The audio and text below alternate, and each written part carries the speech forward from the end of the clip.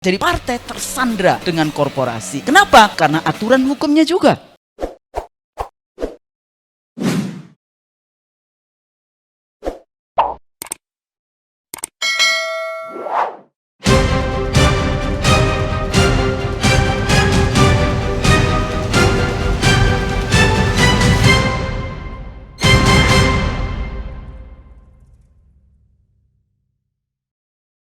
Assalamualaikum warahmatullahi wabarakatuh. Waalaikumsalam warahmatullahi Jangan wabarakatuh. khawatir, Bung Kadir ya?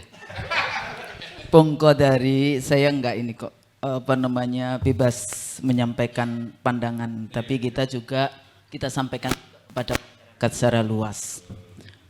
Saya punya 4 poin. Poin pertama, kondisi politik kekinian yang saya sebut sebagai runtuhnya demokrasi di Indonesia. Kalau tadi Bang Rizal bicara tentang demokrasi kriminal, agak takut juga. Tapi secara teoritik yang banyak menyampaikan political scientist biasanya bicara tentang democracy in danger, atau defisit demokrasi, atau rusaknya demokrasi.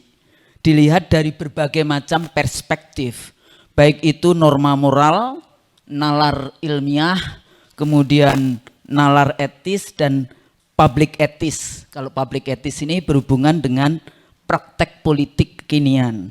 Ya, jadi ini juga penting. Kalau tadi bicara tentang power itu secara teoritik selalu disebut power tends to corrupt. Absolute power corrupt absolutely. Itu Lord Acton yang biasanya sudah menjadi seperti kredo penting di dalam kita bicara tentang politik. Nah, kalau kita bicara tentang demokrasi, sebetulnya demokrasi itu bukan mempertahankan kekuasaan. Demokrasi itu kalau pemilu yang demokratis itu bagaimana orang-orang buruk, politisi-politisi buruk kita lempar keluar dari lembaga-lembaga demokrasinya, memasukkan orang-orang baik, aktor-aktor baik untuk berkuasa. Jadi kadang-kadang kita terfokus bahwa demokrasi, pemilu yang demokratis mempertahankan kekuasaan. Enggak, justru gimana caranya melalui suksesi yang periodik itu kemudian kita mengeluarkan. Menariknya tadi Bung Kamis gitu, Margarito Kamis, sebetulnya the first direct presidential election 2004. Kebetulan saya waktu itu KPU-nya.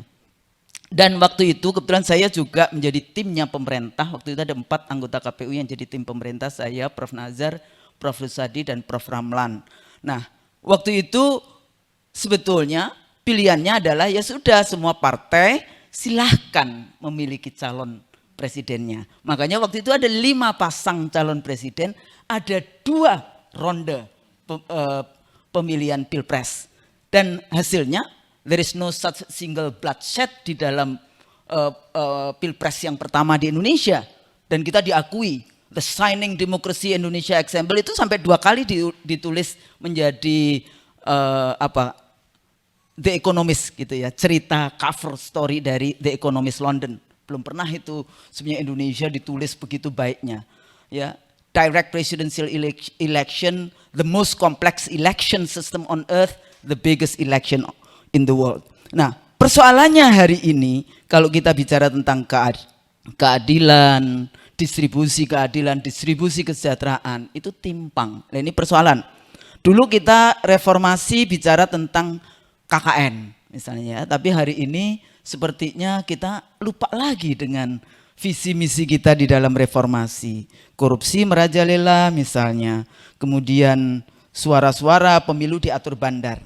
Nah, itu isu yang pertama, kondisi kekinian. Kondisi yang kedua adalah kekuatan korporasi menentukan demokrasi di Indonesia. Kenapa? Kita ini nyonteknya model Amerika.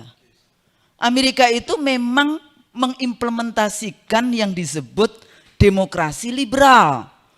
One vote, one person, one value, populist vote itu sebetulnya, pemilu dengan populist vote itu tidak ada garansi orang yang baik, orang yang kapasitas, orang yang ini bisa menang. Karena one vote, one person, one value itu tergantung, apalagi kalau tergantung pada bandar. Kalau di Amerika kita bisa lihat ya, korporasi itu yang memegang sebetulnya di dalam pemilu. Kalau tadi bicara the Fed, ya itu kan Rothschild, ya yang kemudian menjadi bagian tak terkalahkan. Nah, ini juga kelompok Yahudi, lobbyis Yahudi. Di Amerika ada AIPAC, American Israeli Public Affairs Committee, yang menentukan siapa yang boleh menang baik di Kongres ya, House of Representative maupun House of Senate. Dan ini jaringan ini mendunia hari ini, terus kemudian model inilah yang diimpor atau yang kita impor dari model Amerika. Makanya dari sejak awal saya selalu mengatakan jangan menggunakan pasal limit contribution karena itu model liberal. Ya, itu model liberal. Limit contribution akhirnya yang kontribusi siapa? Korporasi yang pegang uang. Kalau tadi dikatakan oleh Pak Lanyala. Cuma kalau DPD kan susah nih, korporasi itu mau menyumbang atau membiayai anggota DPD karena banyak kayak gitu kan. Tapi kalau DPR itu cuma berapa partai kayak gitu kan. Jadi partai tersandra dengan korporasi. Kenapa? Karena aturan hukumnya juga. Partai politik boleh ikut pemilu kalau dia punya 100% kantor di provinsi, 75% kantor di kabupaten kota, 50% kantor di kecamatan. Terus siapa yang membiayai kantor-kantor partai politik itu? Makanya akhirnya bandar masuk, korporasi masuk di dalam konteks itu. Selain hal-hal yang lain. Kenapa hanya selalu akhirnya di 2004 itu ada 5 pasang, 2 kali periode. 2 kali putaran. Selebihnya hanya 2 atau 3 atau 2. Ini kan juga memudahkan para bandar. Kenapa memudahkan? Ya dia bayarnya nggak usah banyak-banyak. Dulu Profesor Bagir Manan, masih ingat saya satu meeting di One Team Press. Pak Bagir di podium. Dia mengatakan, Bu Husnul kita salah. Karena waktu itu kita kampanye untuk direct presidential election. Jadi sebetulnya civil society. Oh iya, kita salah. Iya, saya bilang saya salah kayak gitu kan. Tapi Pak Bagir argumennya apa? Karena tidak akan mungkin ada calon presiden yang bisa menyuap 185 jutaan pemilih. Nah itu argumennya. Tapi Pak Bagir Manan, Profesor Bagir Manan waktu itu di One Team Press kapan ya? Saya lupa. Kita salah Bu Husnul. Luar biasa kan? Saya juga mengakui salah kita. Makanya nggak masalah kalau harus dikembalikan kepada MPR, tapi nanti mungkin DPD dan sebagainya harus bermain karena itu kembali lagi di dalam konteks ini. Nah pada saat kita mengimport model demokrasi, liberal demokrasi, uang demokrasi, itu apa? Siapa yang digunakan? Ada birokrasi, walaupun birokrat. Jadi kalau demokrasi without demokrat yang terjadi ya. Tapi birokrasi juga bermain di situ. Siapa bironya, siapa kratnya. Saya selalu bilang begitu. Yaitu intervensi dari international institution. Yang kedua aparat penegak hukum. Ini juga selalu, saya masih ingat KPU membawa kasus pilkada di 2006 ya atau 2007 ke MK. Putusannya pilkada bukan pemilu. Pusing saya. Pemilu RT aja pemilu. BEM aja pemilu. Ini pilkada bukan pemilu, itu putusan MK. Zaman Pak Jimli juga tuh. Nah, saya waktu itu ya sudah. Kenapa? Karena KPU provinsi, KPU kabupaten kota dengan Undang-Undang 32 2004 ya, itu langsung diambil alih di bawah Kementerian Dalam Negeri. Padahal ini KPU adalah lembaga yang mandatori konstitusi pasal berapa? 22E ayat 5. Penyelenggara pemilu adalah Komisi Pemilihan Umum yang bersifat nasional, tetap dan mandiri. Jadi di sini ada aparat penegak hukum seringkali menggunakan pasal-pasal. Akademisi, lah ini teman saya juga, maksudnya saya sendiri kayak gitu. Makanya hati-hati menjadi akademisi. Jangan kita mengkhutbahkan, bahasa saya mengkhutbahkan pemikiran-pemikiran yang itu hati-hati, merusak bangsa dan negara. Itu juga hati-hati. Termasuk jangan sering-sering mengkhutbahkan bahwa oh agama kemudian merusak bangsa ini. Hati-hati loh. Itu hati-hati sekali. Harus hati-hati. Mahasiswa saya bertanya, Ibu Husnul saya nggak suka dengan emosi agama. Memang emosi apa yang paling baik di dunia ini? Fit dunya hasanah wa fil akhirati hasanah. Apa kayak gitu. Kemudian akademisinya jangan sampai akademisi menjadi corong dari korporasi-korporasi itu tadi. Dibayar juga sih mahal. Makanya ada buzzer yang dari akademisi juga kan. Pebisnis. Nah korporasi pebisnisnya, dia punya kepentingan paling besar di Indonesia, di seluruh dunia. Eksploitasi sumber daya alam, merusak lingkungan, kayak gitu ya. Pekerja diimpor, semua itu. Jadi kalau korporasi itu menjadi kuat, dia akan menentukan kebijakan-kebijakan setelah menang. Artinya disandra siapapun itu oleh korporasi. Karena nggak ada, there is no such a free lunch di dalam konteks itu. Terakhir media. Media seringkali saya sebut old boys network, male power relation. Menurut saya kontribusi pada rusaknya demokrasi adalah media. Karena dengan media dia bisa packaging dan itu tergantung siapa yang menang. Kalau siapa yang menang kemudian di package gitu ya, nggak baik-baik kemudian jadi baik. Tiap hari kita ditawarkan seperti itu di media, akhirnya kita ini. Nah pemilunya sendiri, ini pemilu ada parpol, ada penyelenggara. Ini juga penting untuk difahami secara lebih lanjut. Hasil pemilu itu kan sangat penting karena dia menjadi legitimasi dari pembentukan pemerintahan. Nah kalau pemilunya the liberal Machiavellian election, pemilu terbuka tapi dengan tipu-tipu muslihat atau fabricated election dengan tadi media dan sebagainya, ya susah. Di mana posisi rakyat yang berdaulat? Ya kita menginginkan ya sudah kalau pilihannya popular vote, one person one vote one value, artinya semua rakyat itu bisa memilih, tapi ya ada kecuali juga TKA jangan dikasih ID supaya bisa memilih dan sebagainya. Ya. Dan ini ada beberapa persoalan. Nah nanti mungkin Mas Qodari bisa ini.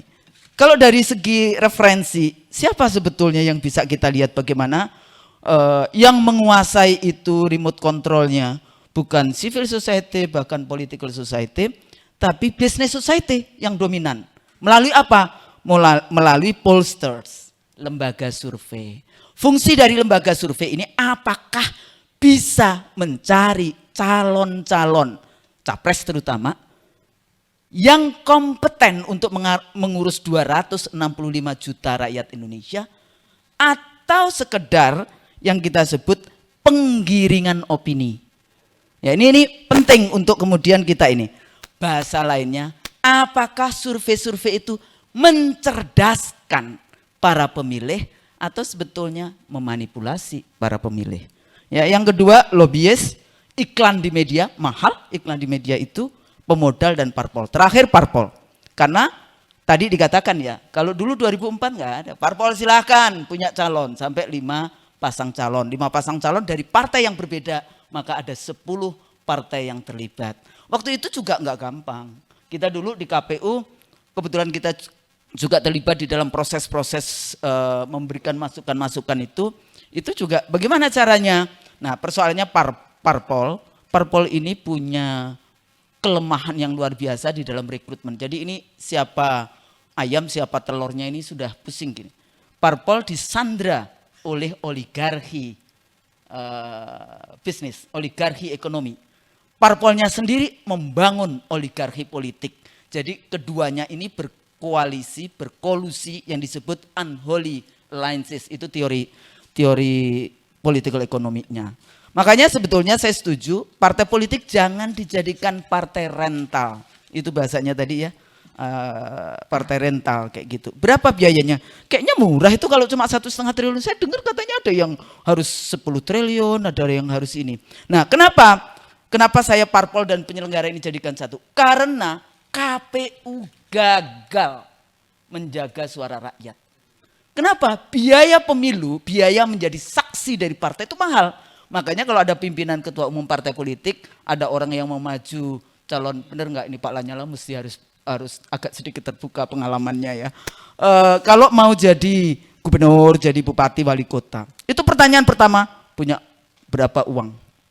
Biasanya alasannya bukan untuk membayar partai politik per se, tapi untuk menjaga suara itu aman. Nah berarti di sini KPU gagal. Kenapa gagalnya? KPU sudah dikasih uang rakyat banyak sekali, 25 triliun 2019 kemarin, lebih kayak gitu, gitu ya, untuk menjaga suara rakyat aman sampai di Jakarta. Nah kalau KPU, kalau peserta pemilu masih harus mengeluarkan dana untuk saksi, itu artinya KPU-nya gagal. Itu KPU-nya harus diusut itu. Kenapa kok tidak bisa menjaga suara rakyat? Yang kedua, KPU-nya itu suksesi KPU itu tidak akan membuat KPU-nya kuat.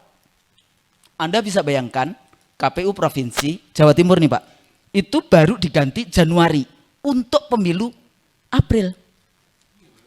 Bagaimana KPU bisa gagal? Ada lagi yang baru tanggal 1 April menjadi anggota KPU untuk pemilu 17 April. Saya di 2007 ya, sebelum kita selesai, kita sudah laporkan itu kepada Presiden SBY. Tolong KPU Provinsi dan Kabupaten Kota diperpanjang sampai Desember 2009. Supaya apa? Supaya siklus KPU itu menjadi KPU yang kuat. Sayangnya kalau KPU-nya kuat itu tidak disukai oleh peserta. Karena tidak bisa diajak kong kali kong, yang mau kong kali kong. Kan kayak gitu kan, ya ada yang enggak. Terakhir, Bawaslu gimana? TSM itu sebetulnya sekarang Bawaslu punya otoritas. Pemilu 2019 itu pertama kali Bawaslu itu punya kewenangan. Dari sejak 2004 dulu, saya selalu mengatakan, Panwaslu saja nggak perlu, apalagi Bawaslu. Biasanya di DPR, Pansus saya tanya, terus gimana Bu, siapa yang ngawasi? Sebentar, KPU diawasi oleh Bawaslu. Bawaslu diawasi oleh siapa? DKPP. DKPP diawasi oleh siapa? Malaikat. Saya bilang kayak gitu. Jadi nggak perlu. Siapa itu yang harus ngawasi? Civil society, kampus, mahasiswa, aktivis. Jadi lebih baik duit itu diberikan kepada civil society, diberikan kepada kampus-kampus untuk mengawasi jalannya pemilu. Di 2004 begitu. Enggak ada Panwaslu tapi ad hoc. Bawaslu permanen. Ya, kampus terlibat di dalam konteks itu dan KPU juga mencarikan duit. Kenapa? Supaya civil society juga tidak disandra oleh korporasi, tidak disandra oleh lembaga-lembaga asing. Nah, kalau ini semuanya insya Allah regulasi partai politik juga harus yakin. Pak, kalau dibawa ke Mahkamah Konstitusi juga harus yakin karena di dalam politik itu the art of possible, seni kemungkinan. Jadi perjuangkan. Jadi kalau partai politik itu yakin betul bahwa dia menang itu karena modal kapital. Padahal secara teoritik ada modal sosial yang itu lebih besar. Jaringan, komunikasi, dan menjadi calon itu menurut saya selain kapabilitas dan sebagainya, dia wajib memiliki, wajib ain ini, memiliki kemampuan komunikasi politik. Sehingga kalau menjadi presiden ya bisa pidato dengan baik. Nah, saya pikir itu mudah-mudahan teman-teman jadi Pak Kudori nggak usah terlalu worry. Kalau Anda yakin ya lanjutkan, tapi juga jangan kemudian rubbishing the other yang kemudian tidak setuju dengan itu. Indonesia memiliki 265 juta orang, jadi pilihlah, cerdaskan rakyat untuk memilih calon-calon. Pak Ketua DPD kan bisa calon juga, calon presiden kan? Masa Kudori tidak itu Pak Ketua DPD? Prabowo sama Jokowi Pak Ketua. Ini Pak Kudori depan ini mesti ngomong langsung ke dia pulang. Jadi jauh lebih baik gitu ya mengusung calon fresh from the oven dibandingkan yang sudah kering gitu ya di ovennya kayak gitu. Saya pikir itu mudah-mudahan ada gunanya. Kalau saya salah saya maaf. Assalamualaikum warahmatullahi wabarakatuh.